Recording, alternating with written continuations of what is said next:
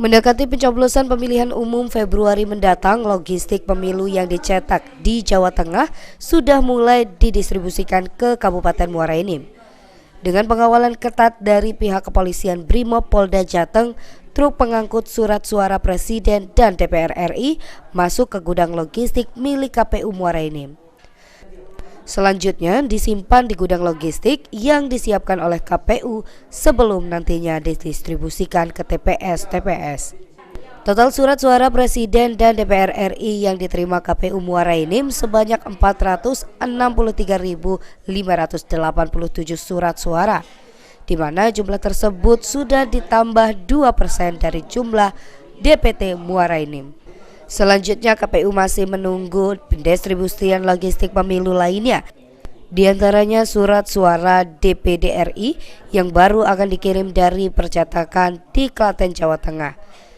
Hari ini surat suara yang masuk tadi kebetulan jam 10 perkiraan masuk itu surat suara DPR RI sejumlah 600 box, di mana per box itu ada 500 lembar dari total 928 box.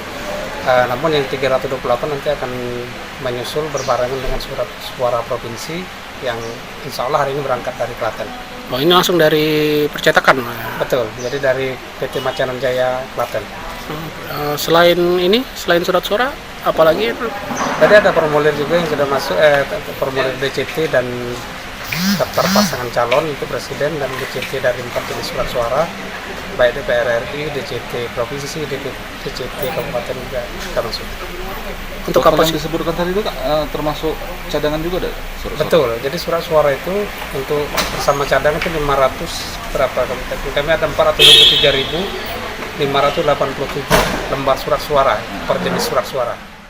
Surat suara serta logistik pemilu yang sudah diterima dan sudah disimpan di gudang logistik milik KPU Muara Enim dijaga oleh petugas kepolisian dan KPU selama 24 jam.